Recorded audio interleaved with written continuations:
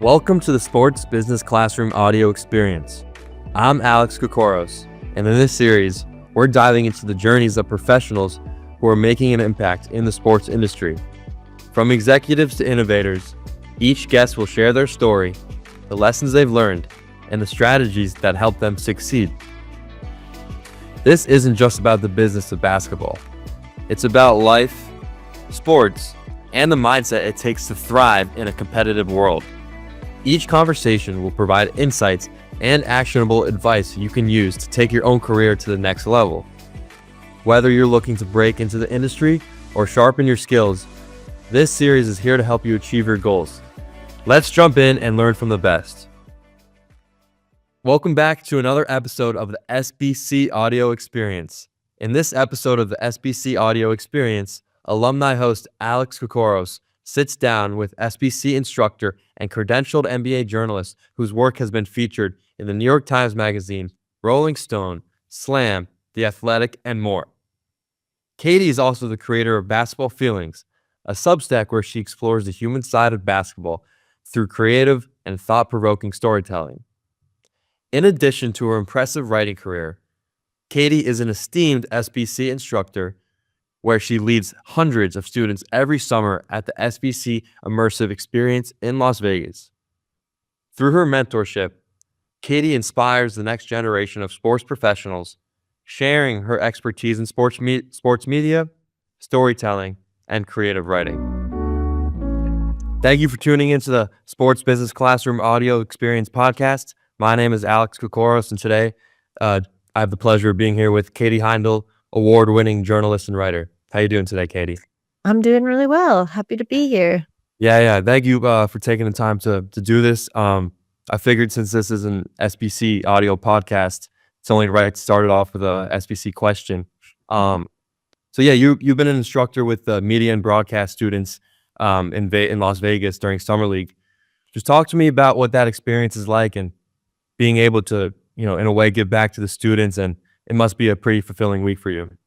Yeah, I have to say it is. It's kind of, I was already a real Summer League sort of devotee even before I got involved with Sports Business Classroom, mostly because of the energy, of the entire tournament, but just there's so much about opportunity, and like this is kind of like the one shot or maybe the second chance for a lot of athletes. And I think you can really get a sense of that. So I was already like riding high on that experience. But then, when I was asked to get involved with SBC, that was about 4 years ago now. But the whole week, just the concentration of students and like how the students kind of come through, just like really on their A game, so on top of what their chosen field is, what they want to be in. They're so curious, like they're so smart. They're so eager and like it's easy for them to ask questions. I think it's just really such a great combination for learning. And what I've always come away with, and it's funny, I talk about this with either like Howard Beck, my co-instructor, who everyone I'm sure is familiar with, and I always talk about this, but like we feel as rejuvenated by the week as I'm sure the students feel. Like there's something about being around, students that I think helps to either reopen your own eyes as someone who's been in the industry for a little while, or maybe come at it from a different perspective that you either appreciate it more or you just see this kind of like next generation coming in. But I always leave feeling very, not invigorated because of Vegas and the desert and, the energy that that Summer League takes out of you, but really invigorated by the people that you meet and the students kind of being the main component of that. Right. No, that's a great point you bring up. I was able to talk to Howard a little bit during that week, and, yourself, Howard, JA, CP, it seemed like you guys were, very into, giving them advice and giving them feedback when they would come to the studio or, practice, whatever. And I think that means a lot for the students in the long run. Yeah, I think so too. And I think this year too, we've always sort of had a good mix, but it really felt like we got the balance right this past session. Having someone like CP who's so hands-on with the podcasting and like the AV side of things, it could really help students with their demos and reels. And then obviously having these two kind of like journalistic juggernauts in JA and Howard, but who still like who like to reminisce and kind of talk about the big stories that they and the big athletes that they covered, but who are still current and in the contemporary game and have seen the shift and can kind of speak to that.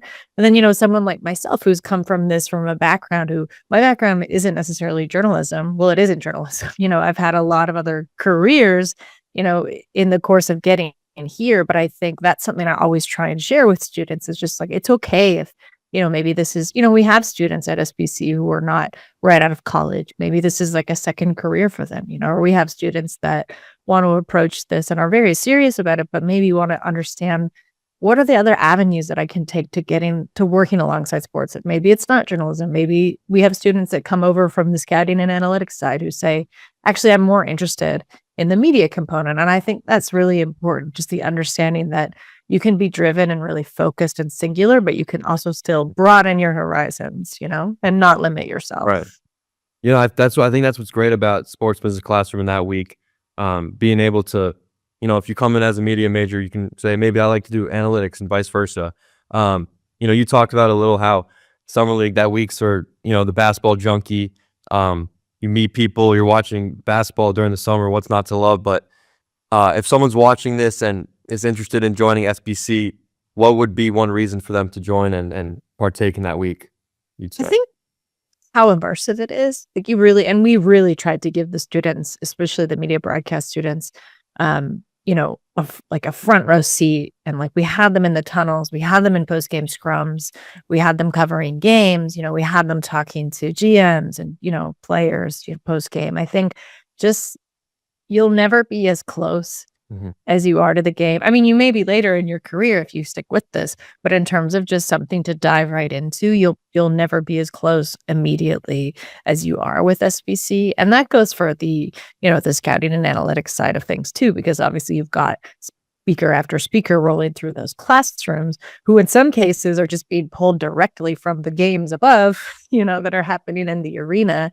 And of course you can, like one of my favorite things still to do is just to take these sort of long laps of the concourse whenever I need to stretch my legs or just need a minute, because one, you never know who you're going to see or run into.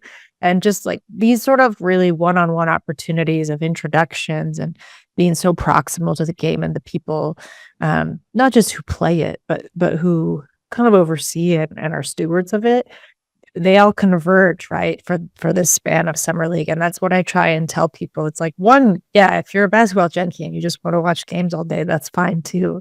But the fact of meeting so many people, I think that can be such an invigorating thing personally and just professionally. Again, every time I leave summer league, even now, I'll have met a dozen more people than I knew the year before. And in some cases, those are connections that you keep down the road. And that is the same for students. Like I find that students really understand that the people who are in those classes with them are going to be their peers. They're going to be their colleagues, no matter which direction they decide to go into in sports. It really is unbelievable. You talk about just doing one lap around the concourse. You take one lap and you're running into this person, you're meeting so many people. It really is like a special week. Something that's pretty rare. I want to talk about, your connection to basketball and how you became a fan of it. I read that, when Toronto finally got a team in the Raptors, that kind of sparked your passion a little bit. Can you talk about that? Yeah. So I voted.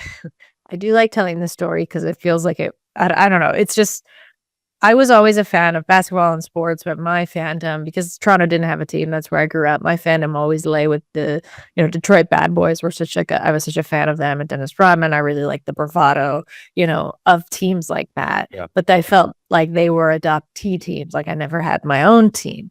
So when it was announced that Toronto was getting an NBA expansion franchise, the local paper here ran a naming contest to name the team, and I voted in it. I was in like the 5th grade and I voted in it. And Jurassic Park, I have to be clear, had just come out, which is why the name is what it is, and also why at least like 3 of the other options were dinosaur names at the time. But I voted in it. That name, the Raptors, was selected. I think there's something about a sense of, you always have a sense of ownership, and loyalty with a team, whether you've got in kind of on the quote like ground floor or you've just adopted them as a team that you're going to root for.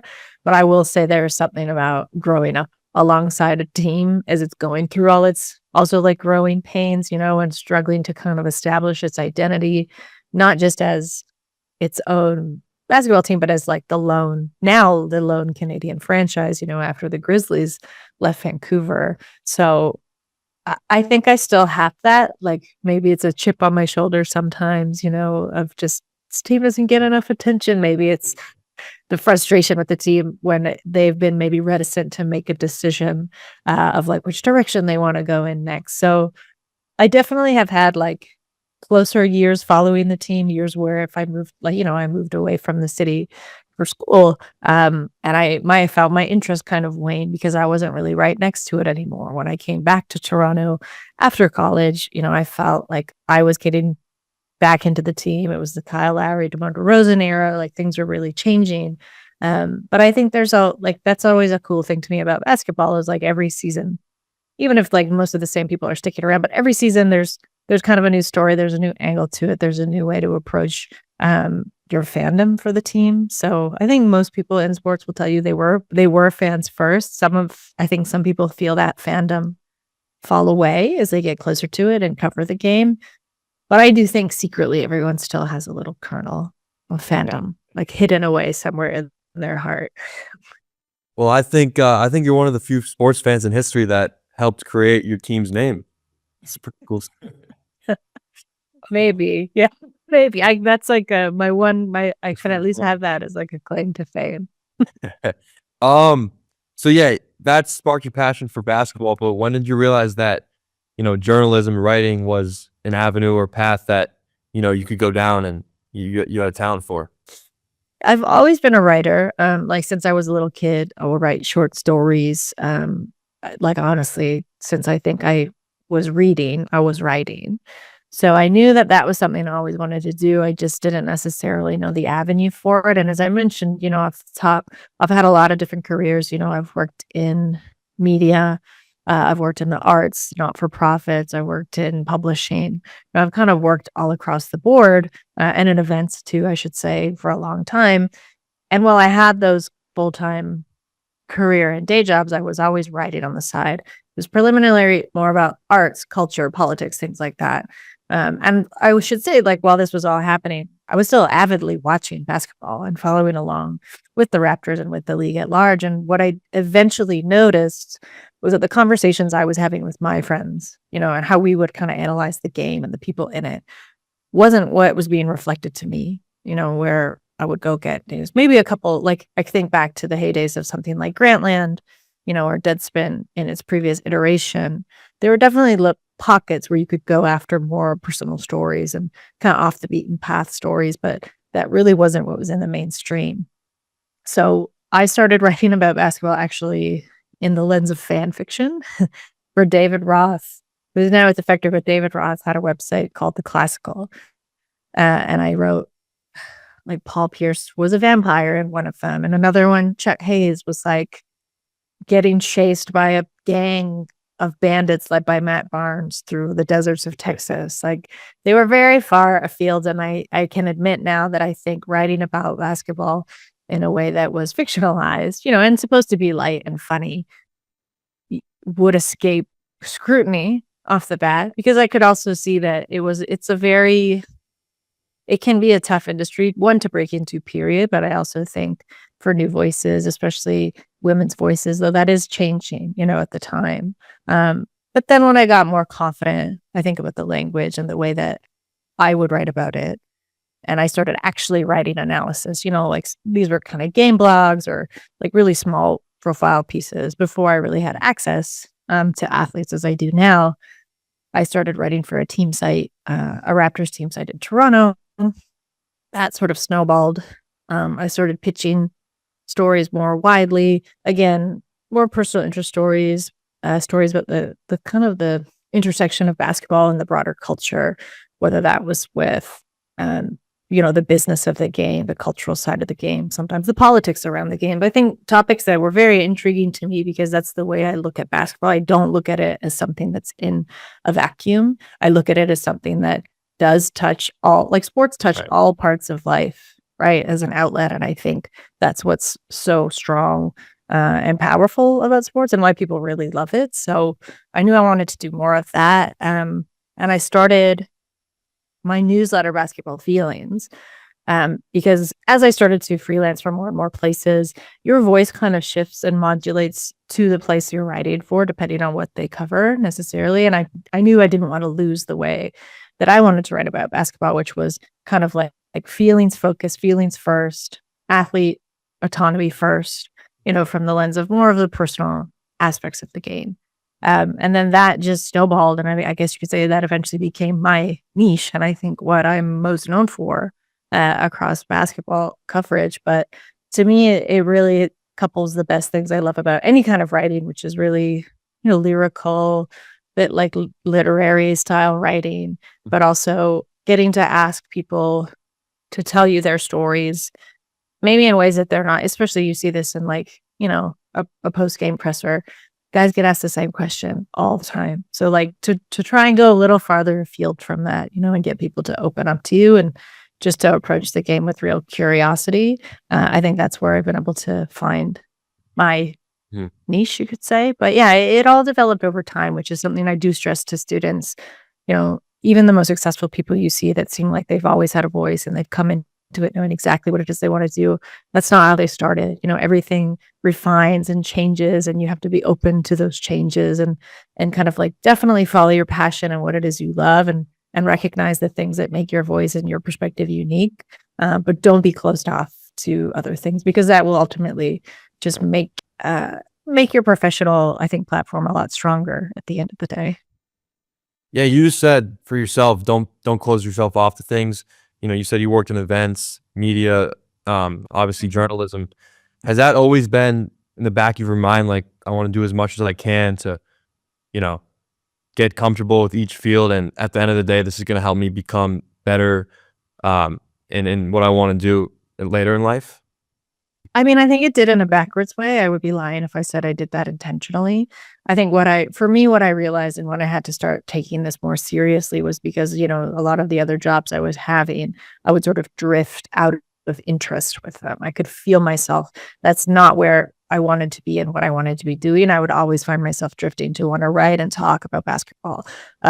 So, I had to figure out a way like, okay, if I keep basically half-assing my other quote career to go toward this thing that I looked at just as kind of like a side gig, basically. How can I switch those things? How can I invert them? So that was certainly not intentional, but I think at some point you have to learn to listen to yourself. And again, like what your gut is telling you should go after. But I do think my experience in all of those other jobs has made me better and perhaps uniquely it helps my perspective in this job, because one, it just makes it so much easier to talk to people, right? Like I've been in positions, like all kinds of jobs where like the most important thing was communication and talking to people from all walks of life, with all kinds of professional backgrounds. And at the end of the day, as a journalist and a writer reporting on professional athletes, you have to talk to athletes, right? You have to talk to athletes, you have to talk to agents, you have to talk to team staff and, coaches. And I think to realize that when you approach those people as people first, it can go a real, like a much longer way than if you approach them kind of as this one-dimensional quote athlete, right? Or you just approach someone based on the job that you publicly see them have. Like when you realize at the end of the day, you can distill all this down to people are people. We all have different experiences. And if you can find kind of a through line of experience, no, I don't have like a ton in common with Steph Curry on the surface, but I'm sure, if we talked for 10 to 15 minutes, we could find through lines, right? And that's always been my approach to this business. Whether it's with athletes or just colleagues that I've met. And that, again, is something that I stress to students. Like, you can use all the experiences you have in your life, even if they don't necessarily seem to be directly related to basketball. Did it take you a while to get acclimated to the talking aspect and side of journalism, or is that something that you've always had a skill of being able to talk to people? I mean, I'm certainly chatty and I can strike up a conversation. I think I think it's like learning the specifics maybe, or there's certain rules, right? So you're talking to people, whether we're talking about like a pregame or postgame scrum, the etiquette, obviously, in a locker room situation, like you get used to those things the more that you do it, and you become more familiar with those spaces. So yeah, I would say, of course, that part definitely took some time. And I think if anything, that's just quelling your own nerves and realizing again, like, yeah, you're walking into a locker room, but these are professionals. They expect people to be asking them questions. Of course, there have been conversations that can get a little bit prickly if somebody doesn't really want to talk. But again, I'll go back to what I said earlier of like, that's a great opportunity to just show someone else your human side, and to maybe not lead with just the tough question, to maybe try and read the room a little bit and ease into it. So yeah, I think there's always a bit of a learning curve. I try and be honest with people when they ask about it was never very helpful to me when I was getting started and people were like, well, you just go in there and you should know what to do, because no one really ever tells you, right? So I'm always very open of like, here's, even something as much as like asking a team for a credential, right? I've had a lot of people ask me, how do you do that the first time? These are things that I don't think like it's just assumed, I think, in the ecosystem of the NBA, everybody's been there forever and everybody knows how to do that. But if you've never done it, of course you don't know. So I think, I try to be as open and candid as I can about that very practical advice. Right. And then you have the podcast and obviously your own subscriber channel, Basketball Feelings. You created that. What went into, wanting to start that and having your own outlet? Yeah, so I do a few podcasts. Like I do the Locked On Raptors podcast at least once a week. I've been on that for like 7 years now, I feel like, as a guest contributor. And I'm, do a lot of radio and like sports talk radio and podcasts kind of across the board. And again, wanting to do Basketball Feelings, I think, one, I wanted to give my audience and subscribers, another value add, if you want to call it that, on top of the newsletter. And I'd seen, people play around with the Substack platform's audio capabilities, and I was curious about that. Well, I knew I wouldn't be able to maintain it, excuse me, once a week. It's kind of a heavy lift. So I do it. There's about 2 a month. And to be honest, they were conversations that I was having with friends and colleagues in basketball. Like when we would just be like, you'd run into a friend at a game who was maybe visiting from out of town because they're a beat writer with another team. You don't get to see them that much. You kind of catch up on, the surface level stuff. You catch up on personal stuff. Maybe then you end up having some like more interesting tangential conversations about a specific athlete, about the team, about them and like how they got to where they are. And again, I think that's something that's always interested me, of like, people don't just, some very few people get into sports media because they knew from, when they were a kid, that's what they wanted to do. Most people come at it sideways. And I think, again, like all those stories are really valuable and pretty interesting to me, of like how someone knew what it was they wanted to do and then how they got there. So that's kind of become a mainstay of that podcast. That's how we'll usually open every episode, to just chat with people about how they got where they are. And for the most part, people love to talk about that, right? Like there's a lot people forget when you're just doing this day in, day out. You tend to forget about the steps you took to get there. And then we'll sort of devolve into more of the tangential things. And again, the podcast to me takes a perspective that I don't hear on most basketball podcasts. We're not doing like hard salary analysis. We're not doing fake trades. We're not talking about, we're not really doing game analysis. We're talking about the larger, I think, more esoteric pieces about basketball, the people who play it, And sometimes you get very funny stories, especially with people like Howard, or I had Dan Oiki, my friend, he's a beat writer for the LA Times, for the Lakers. Like he has great stories about the times that like LeBron's given him a hard time, but he's around this guy every day. So like they're more colleagues than anything else at this point. But I just always find it fascinating the way that people kind of like come to this and maintain both their passion and their drive for the work, and then I think to some degree their fandom and the thing it was that made them want to get into this world in the first place. What about, writing stories and speaking on stuff that extends beyond the basketball court? What about that interested you? And did that allow you to separate yourself in the beginning while coming up? No, that's a really good question. It's basically like what for a writer, what gives you the compulsion to want to write, which is sort of a hard, sometimes impossible question to answer sometimes, because oftentimes it's like, well, I would probably have an easier time with life if I chose another profession, right? Just given the state of not just the sports media industry, but I'd say the media industry as a whole, the literary landscape as a whole, kind of writing as a whole, right? I think we're seeing a real devaluation for an appreciation of reading and writing. And I hope this is just a blip in like our human trajectory. I hope this is not like the future isn't just like AI only, right? Hopefully not. Yeah, fingers crossed.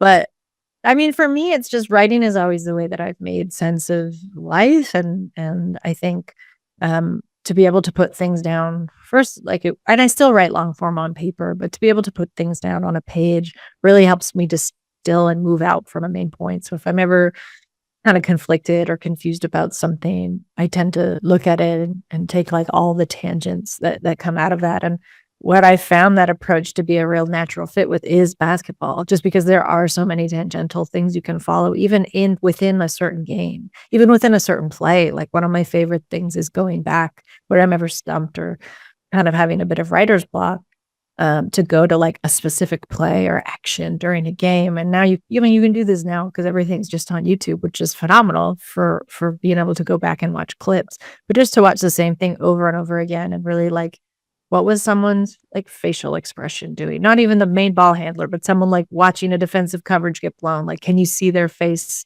crumple, Or like, are there ways to describe muscle movements and the way that people are moving their bodies in a play and able to like get from point A to point B, that you can make it sound a lot less mechanical. You can make it sound fluid, because to me, basketball is like it's very, of course it's super athletic, but there's also something very graceful and powerful, and I think more akin to honestly dance sometimes, right? Sometimes it's like wrestling or football, and sometimes it's like dance, but to really turn on its head the way that these sequences traditionally get described. And that will usually get me fired up and will remind me again like what it is I love about basketball, because it is such a sport that's played out in the open, right? There's not a lot of equipment. You're getting to see the full reaction, like the hope and defeat and, pain in some cases of people as they're playing it. And again, I think that's a rare thing we don't see in a lot of sports. And I think that's why so many people love basketball, whether or not they have the words to explain why that is, but because it is so expressive, and they can, we form these relationships with athletes from afar, basically through our fandom. I don't think this is answering your question exactly. Oh, I get where you're going. Yeah. But I think, I don't see those things. So again, I think the compulsion to want to write about them is because I want more people to be able, any writer, I think they'd be lying if they said like, you want to write because you want to show people a perspective that you have about the world or the thing that you're writing about. You're not so selfish as to think everyone's going to adopt that perspective. Well, you want to help people see things from a different angle, right? Like that's a lot of what just straight up reporting is too. You're presenting people with the facts so they can, make up their minds about things. But sports writing inherently, I think, has a lot of emotion in it too, because you want people to connect to either the game or a sequence that just happened or an athlete, right? So I think the marriage of those two things is probably why I found such an interesting fit. And a compelling fit for myself in sports writing, and why it remains so interesting to me to want to do. But yeah, it's a compulsion for sure. Is it good? I don't know, but it's there. So yeah, that's an interesting point, because everybody interprets the game differently.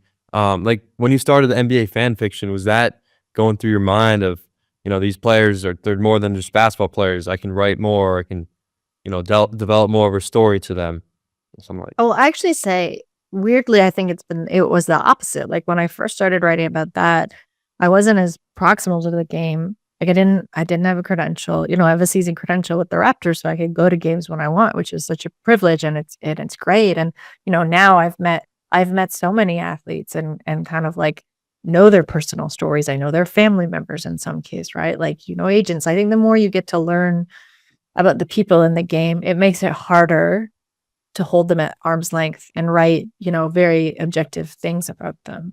And in the case of the fan fiction, like it's made up. It's goofy made up stories. And I will say it's gotten more difficult to write that more freely.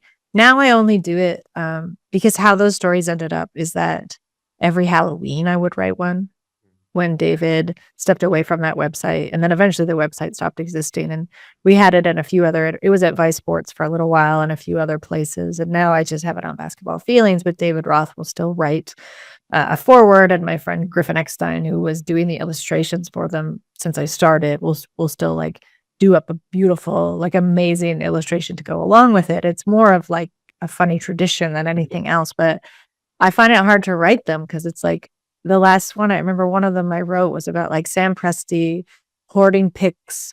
Like he was this kind of weird little lizard who was like hoarding pics like eggs he was stealing. And I wrote it, but it's like, yeah, now there's a good chance that someone sends that to Sam Presti or like these people see it. So which again, I'll say like it's not out of shyness, but it's just like, I feel less compelled to make these big, goofy stories about people when it's like you've got to see them. You're gonna probably see them at some point in the season. Most people have a great sense of humor, but it's easier to write those things, I think, when you're farther away from the thing it is you're writing about. I'd love to see that Sam Presti illustration. I'll send it to you after. Appreciate it. Yeah. So when you watch a basketball game, like everybody, like I said, everybody's brain's different. If you want to be a commentator, you could be like, oh, how am I going to commentate this game? Is your brain always wired to be like, what can I write about? Or what happened during this play? How can I write a story on this? No. And I was actually asked about this recently. Someone reached out that had been reading the newsletter for a while. And they just said like, do you have like a method or like a spreadsheet where you kind of put ideas that you want to write about in the newsletter down? And like, I hate to disappoint you, but I am not that organized. And I do not, sometimes for example, if I know I'm going to write a profile piece because I pitched it or I've been asked to do one and that person's coming to town or I'm going to cover their game, obviously then I know who to be watching and what to be kind of watching for. Mm-hmm. But when I go to a game because I want to go to a game, I don't necessarily go knowing what it is I'm going to write about. I usually kind of watch and wait.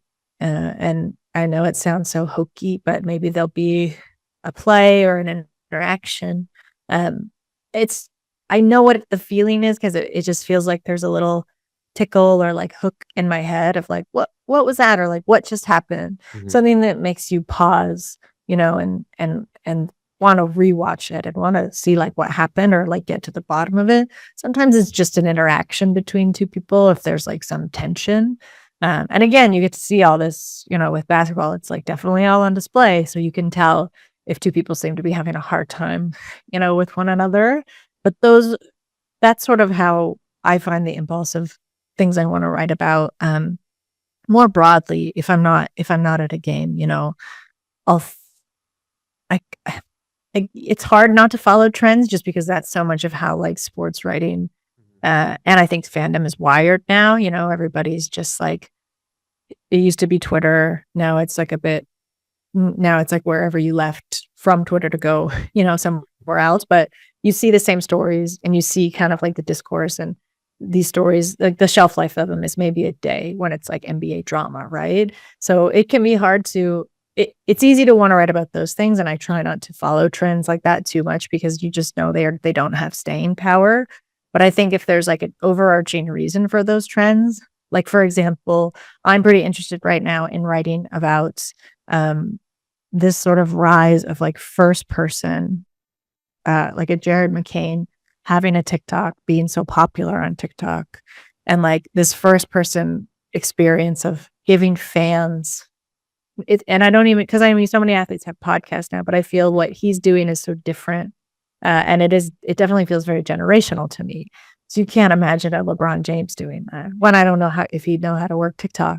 And two, like, it's just not how he approaches that space. But for someone like Jared McCain, he's always had like one foot in the space of needing to like show and tell his life on social media.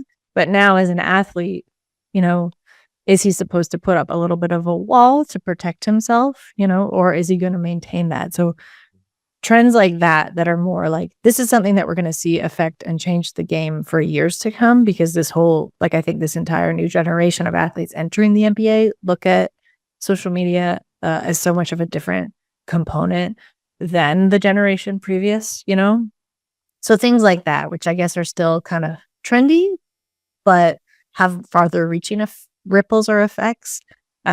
Those things also stand out to me. Yeah, I don't think people realize like Jared McCain doing a day in his life on his TikTok, or even like team social media accounts doing like trivia and, getting that up close experience of players. Like, I think it means a lot for NBA fans because they want to see more than just the guys on the court. And that goes a long way, even for a guy like Jared McCain. No, absolutely. And I think it's like, fans are going to start demanding different types of coverage, I think, out of that, right? Like, again, I hope that doesn't spell the end for long form writing, because that's what I want to keep doing. But there are going to have to be adaptations, and I think a lot of the times in any media, but certainly in sports media, there could be a reticence or maybe a fear to change and want to try new things. But when you realize that trying new things doesn't mean the old things have to be over, you can just kind of adapt and add them into what it is you're doing and reach a wider audience. That's sort of the best of both worlds. How, because you talked about writer's block a little bit before. Not everybody could be Katie Heindl when it comes to writing, but is that something you deal with often, and how do you shake that? Yeah, it is a tougher thing. I like to be totally candid. I definitely have noticed, I'd say like post-pandemic, attention span has I don't think it's come back in the same way. And I've talked with a lot of people about this, whether just like friends, like outside of this world completely, have felt the same thing. Writing, because of that, I think writing can take me a little longer than it used to. I'm also very cognizant of what I'm writing. So, I've never been a blogger, and I really respect people that can just like bang out 3 to 5 pieces a day, because that's what their job is. They're not necessarily long, but they have a quota they have to reach. I'm so bad at that. Like I know the minimum amount of time something will take me to write. And believe me, like I know where I can cheat and where I can like really cut things, and where I know what my bare minimum is, but I think that's like gone a little bit longer than it used to be. I don't know if that's out of wanting to be careful and make sure I cover all my bases, and give, I think, due diligence and respect to the subject and also the reader. But writer's block is a real thing. Deadlines help me.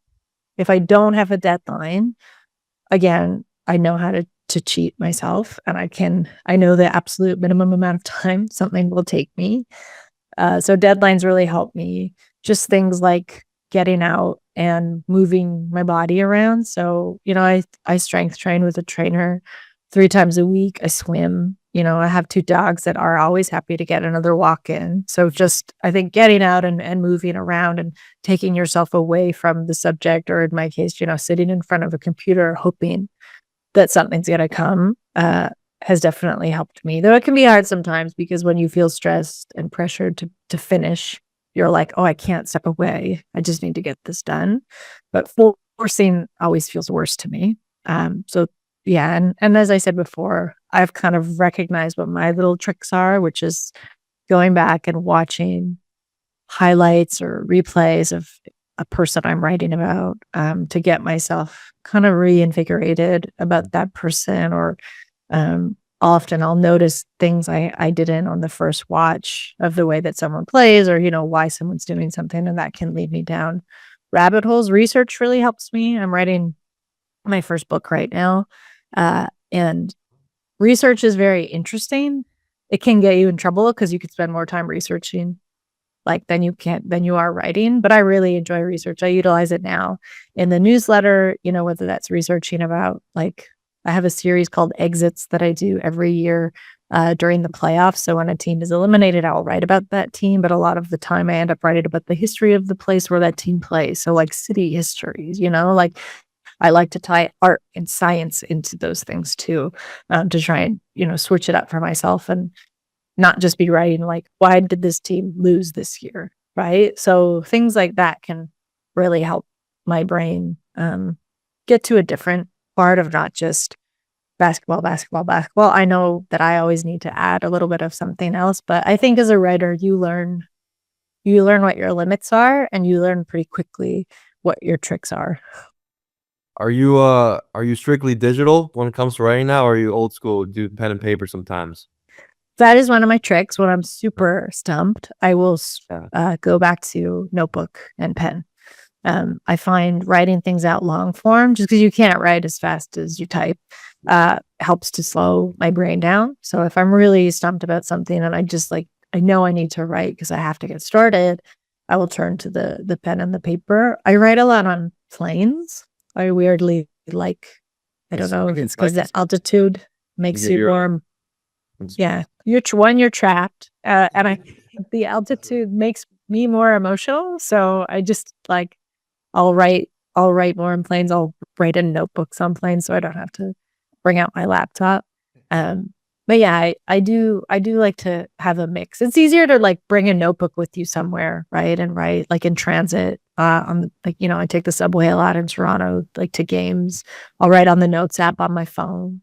But yeah, I like to always have something available to write in. Right. Yeah, I think there is something about the pen and paper.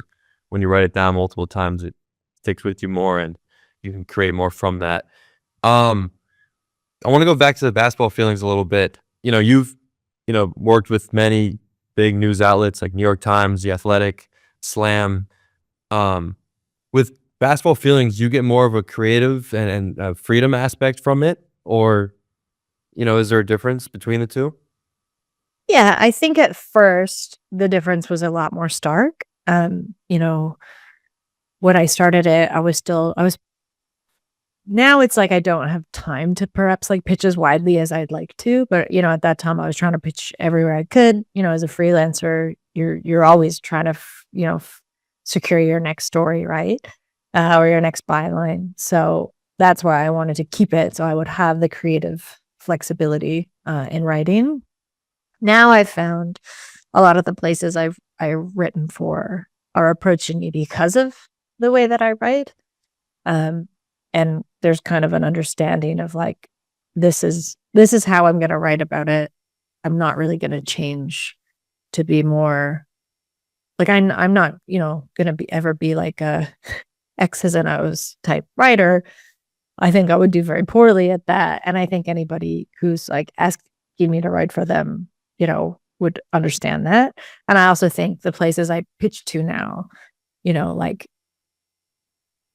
I would probably pitch based again on the way that I write and the things I want to write about.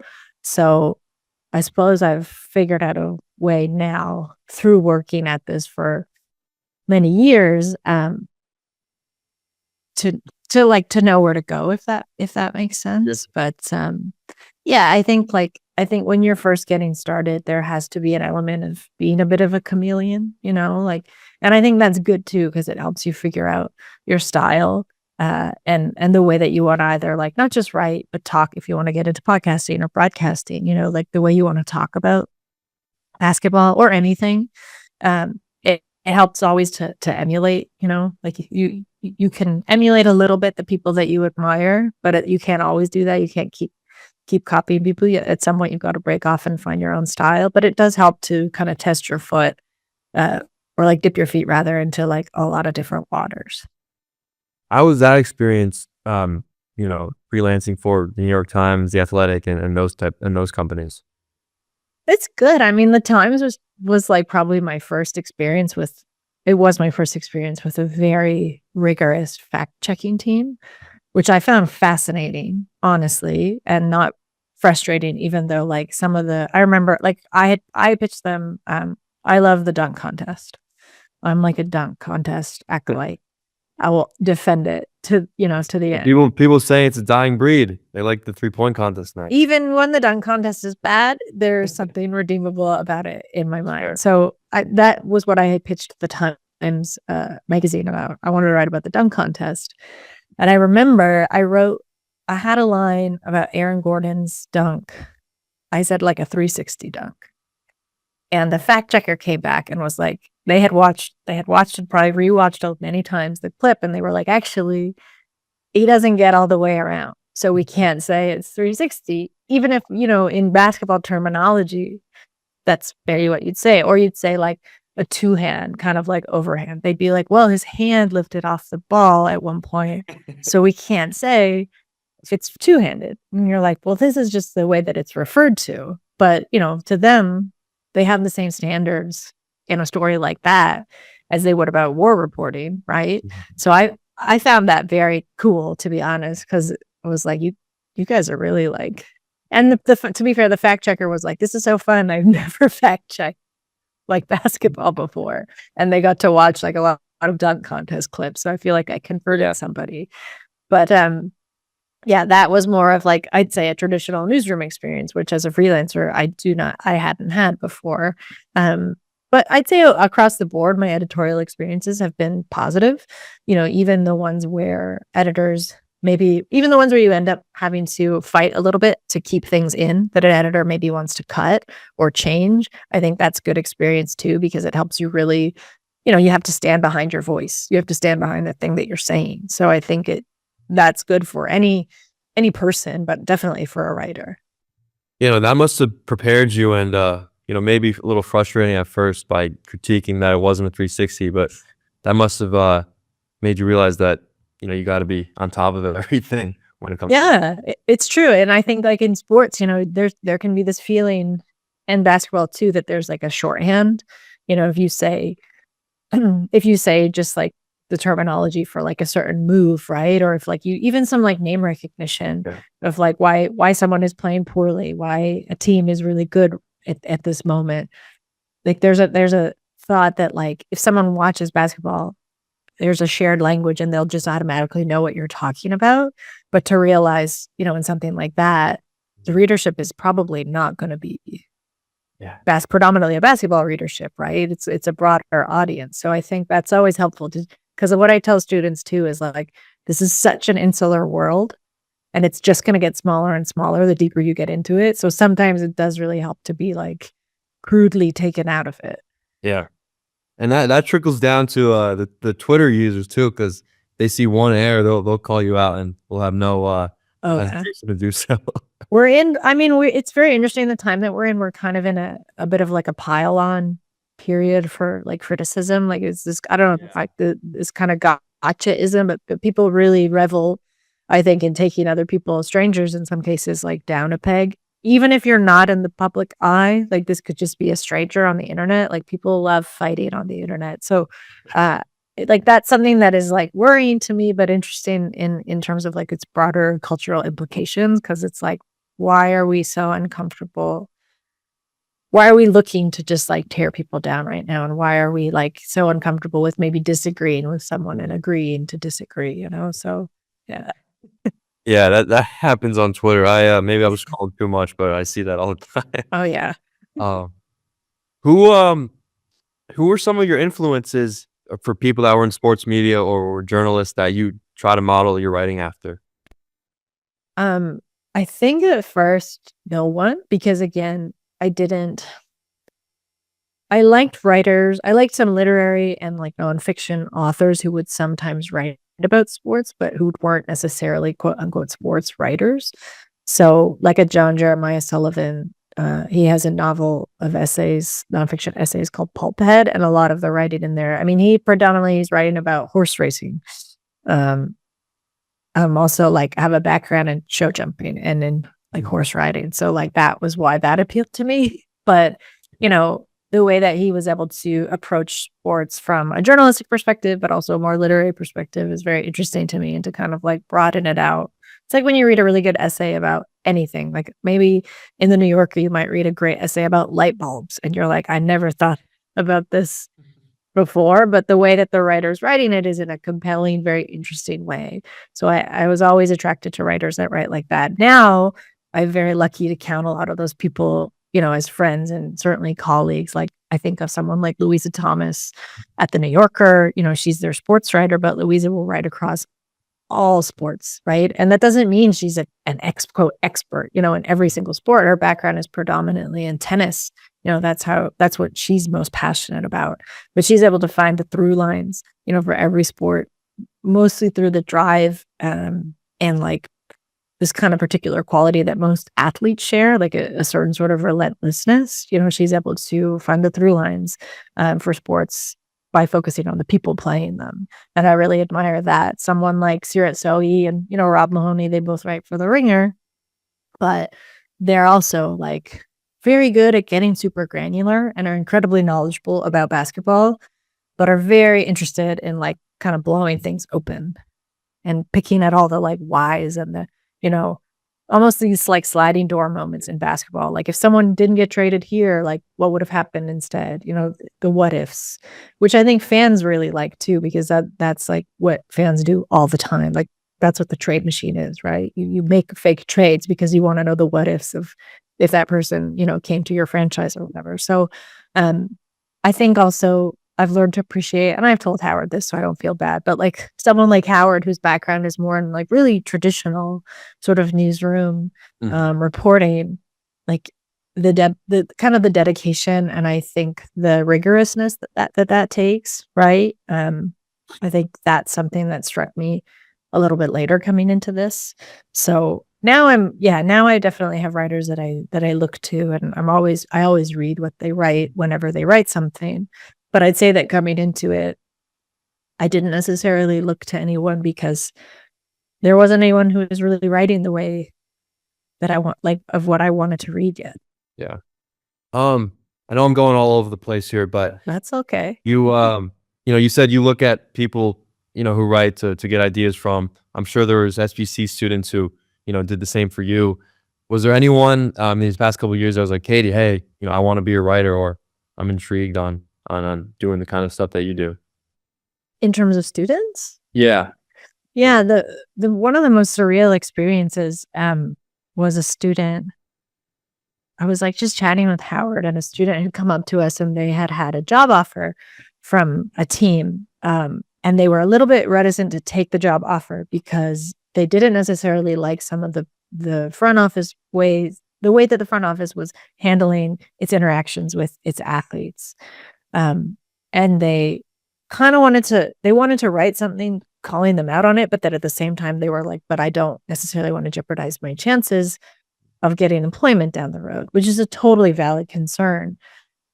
And not to make that very like noble thing all about myself, but then they quoted a piece, something I wrote back to me. They didn't know I had written it. They were like, I read this thing in this piece and it said this. And then I was like, well, I wrote that, you know, and they were like, oh my God. And I was like, oh my God. You know, that's not something that I think happens all the time, but it's one, it's incredibly flattering. And two, I think as a writer, it helps you realize like what you're writing and sharing isn't just like going into the void, like other people are actually seeing it. But yeah, I think I've been lucky enough to have that experience with students. You know, people say like, oh, I didn't know that you could write about sports this way. I thought it had to be more formulaic. I didn't know that we could focus so much on like people's personal stories or get really into the weeds of you know, the granular details of a play, or like, you know, breaking down a certain kind of pass or like whatever. Like there's so many different ways to approach it. And I think a lot of times people who are just getting started think it has to just be one way because that's what they see reflected back to them. So it is always like quite rewarding and makes me feel very hopeful when students are like, Oh, like I want to write that way. I just they're kind of waiting for permission to be told that it's okay to take risks and Yeah. try new things and take chances. Yeah, what would you say to the student, who tells you that, said, "I don't know how to start," or, "I don't know what the first step is?" What I say is to just start, because I think that it's like such an easy thing to put things off or think like, you know what, I'll start when I get a good opportunity. But like, it doesn't have to be. I mean, I use a newsletter as an example because I found that for me, one, as we talked about before, is just like carving out a space online for my writing. It's been so useful, but it also is great for discipline because, since I started that newsletter almost 4 years ago now, like I haven't missed a week, it's a once a week thing. There are definitely times when I've been sick or traveling or just did not know or like feel very compelled to write about anything. But, I make myself do it because people subscribe to it and some of them pay money. And there's a feeling of responsibility, I think, to your readers. But just like on a general level, the discipline that takes, right? And the regular, like making it a routine is something that I do tell students to do, whatever it is they're doing. So it's like, if you want to get, if into broadcasting or you want to get into podcasting, just start, like cut a reel, even if it's kind of like a not very, like go to a game, maybe like locally, like a high school game. It doesn't have to be the sport that you want to cover in the end. It can just be like any sport, ask if they need help in it. Like maybe they need help with color commentary. Maybe they need help with someone like, running the stats or like maybe doing play-by-play. Who knows? Maybe you just want to go interview some athletes like after the game. A lot of those places are definitely, they're open to coverage, right? Like they want more people to come and cover those games. So find the ins where you can, I say, and like just get started. Like whatever it is you want to do. If you want to write, start a newsletter, start a blog, pitch to a team site, like especially in the NBA, like there's so many team sites and they always want content. So pitch them something, reach out. The worst thing that's going to happen isn't even no, it's you won't hear back from someone, which never feels good.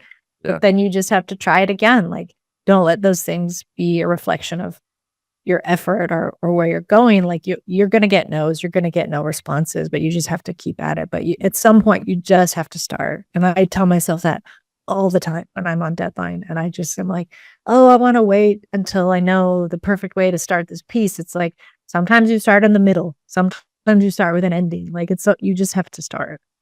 Just start. I like that.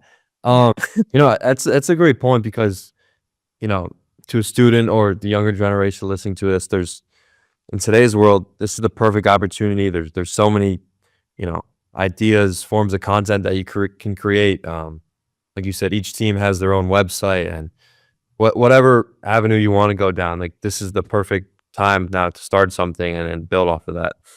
Yeah. You could start a YouTube channel. You could start a TikTok. Well, I guess, I don't know, TBD. Maybe TikTok's getting banned. Yeah, what's the deal with that? I don't know.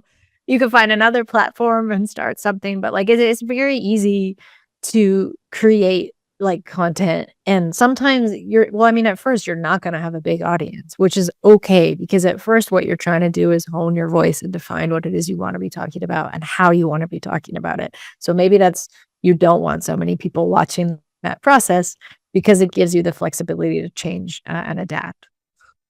That's a good point. It's almost like I have a podcast right now that's like only like 15 subscribers, but at the end of the day, it's good because I'm getting my own practice. It's almost better that I don't see people listening because right now I'm ironing out the kinks, Yeah, exactly.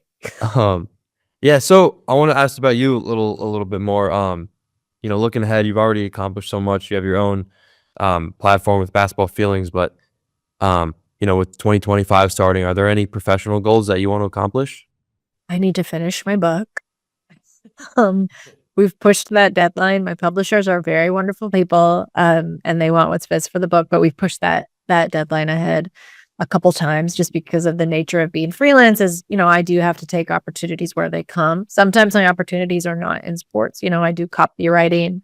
I'm doing a little bit of like help. I'm helping with a basketball exhibition at the Museum of Toronto. So I'm helping them with curation and programming. So, I love that, the flexibility and the freedom to try all these new things. But sometimes it means that the things I'm trying to finish, I don't have as much time to focus on them. So probably finishing my book, uh, top of that list. Um, and then I think, I've been asked like, what's the next book? Which is a daunting thing to think about when you haven't finished the first. So probably getting a better handle on that. There's some travel that I know I want to do for work for basketball. So I'm trying to keep it within reasonable grasp, but I'm glad you asked this because what I find is it's always good to have kind of two levels of goals, like one very aspirational goal, which like you're going to try and work at. So for me, maybe that's just like pitching a dream publication that I haven't pitched yet. And I want to write for that place. Maybe they say no, but the point is that you make that pitch, maybe you make it a couple times like throughout the year, but is what I would call for me, as a writer, an aspirational goal. And then you sort of have these more like workable month to month goals. And that could just be like boring and tangential to the work that you're already doing. So for me, it's like, okay, I need to get X amount of words down in this essay for this book, or I need to finally like stop being so chicken and reach out cold to an athlete I need to talk to for an essay in the book, those I think are more manageable goals. But I think for me, it always helps to have two levels, like the really big one and then just the day to day. I like that saying 2-level goal because it keeps you level headed, but then also why not try to accomplish more? Yeah. And I think it forces you a little bit out of your comfort zone. Yeah. And that's something I've always noticed career wise when I'm nervous or not sure I should be doing or going after something. Sometimes that's the truest instinct to follow because you're going to have the most growth in going after those things. What's the book about that you're currently writing? So it's a book of essays. It's kind of loosely in the same vein as the Basketball Feeling newsletter. So it's a mix of reporting, criticism, as well as personal narrative. So it'll be maybe about 5 essays on basketball for the publishers Transit Books, who are out of Oakland. But yeah, I'm like going to shoot myself in the foot if I say like how percentage of done it is, but it's more done than it was a month ago, which feels good. Well, congratulations. I mean, that's probably exciting. Thank you. I guess we talked about it a little bit before, talking about advice for the younger generation. But yeah, do you have any like final things you could speak on in terms of advice and people who are looking to get into the industry? Yeah, it's funny. It's not funny. It's always kind of a bummer because I feel like sometimes the advice is a bit of a jokey, like pick another industry, which like if you're really driven and it's something you really want to do, 1 is not useful to you, and 2 is just like not what you want to hear. There's a reason, again, like I said earlier, there's a reason if this is what you want to do, you keep coming back to it. And I think it's always good to follow those impulses. But the advice I would say is that it takes time. I really stress that as much as I can because I think social media certainly doesn't help with this, but there's a sense that everything just happens immediately. And the people who are successful in what they're doing just decided one day that they were going to do it. And then they've all of a sudden have this like huge platform and huge audience and, success in anything they touch. And that's not the case, right? It takes a lot of work and a lot of legwork. So my advice is just be patient with yourself, set realistic goals, actively reach out to people and ask for the things you want. That's something that took me a little longer to realize. I think there's a sense that if you work really hard, people will notice. And sometimes that's true, I think, but that takes consistent work. But to ask for what you want. So if that's, if you want to cover games, as I said before, reach out to teams in the city that you live in. Maybe they're at the pro level. Maybe they're 1 level below the pro level. Maybe it's not the sport you want to cover, but you ask for credentials, get to games, realize that in those spaces is where you're going to meet a lot of people, talk to people at games. I always say, like, it can be very tempting to just go to a game and keep your head down and feel overwhelmed and maybe, not introduce yourself, but always introduce yourself to people. Thank the team staff, the PR staff who gave you the credential, because it's great to establish a rapport and, like a face to name sort of basis. But I think talk to people, talk to as many people as you can, because even if in the moment it seems like you never want to be transactional, but if in the moment it seems like, I don't know where this relationship professionally would go, you never know. Like that person could become a great champion for you, could introduce you to somebody else. So talk to people. Don't stay so siloed. Right. That's a good point, because I think a lot of times people might think they're being a burden by reaching out to someone or trying to introduce themselves, but like the worst they could say is no, or they don't get back to you. So, oh my God. Yeah. I am such a big champion of like following up a million times. I have no shame. Mostly because of being a freelancer and chasing people about getting paid forever. But like, I have no shame about a follow-up. And you're going to be polite in your follow-up, be polite and be specific about what it is you're following up about, but realize like people are busy. Your email can just like go to the bottom of like that day's emails, or they haven't found a minute to like get back to you. So don't be shy about asking, and definitely don't be shy about following up. Thank you so much, Katie, for taking the time today. I really appreciate it. I learned a lot personally. So, and good luck to your Raptors down the line too. I'll be rooting for you guys. Thanks. They're going to need it. No, thank you so much for having me, Alex. This was a pleasure. Thank you so much. Appreciate it, Katie. Thank you for tuning in to our SBC Professional Series featuring SBC instructor and credentialed MBA journalist, Katie Heindl. We hope you enjoyed learning about her journey and gained valuable insights on breaking into the sports industry. Like, subscribe, and leave a review on social media, and tag us on your IG story at Sports Business Classroom. This episode is also brought to you by Hall Pass Media, a full-service marketing agency that specializes in brand consulting, event management, digital marketing, and creative design. For more information on Hall Pass Media, go to hallpassnetwork.com. Thanks. See you next time.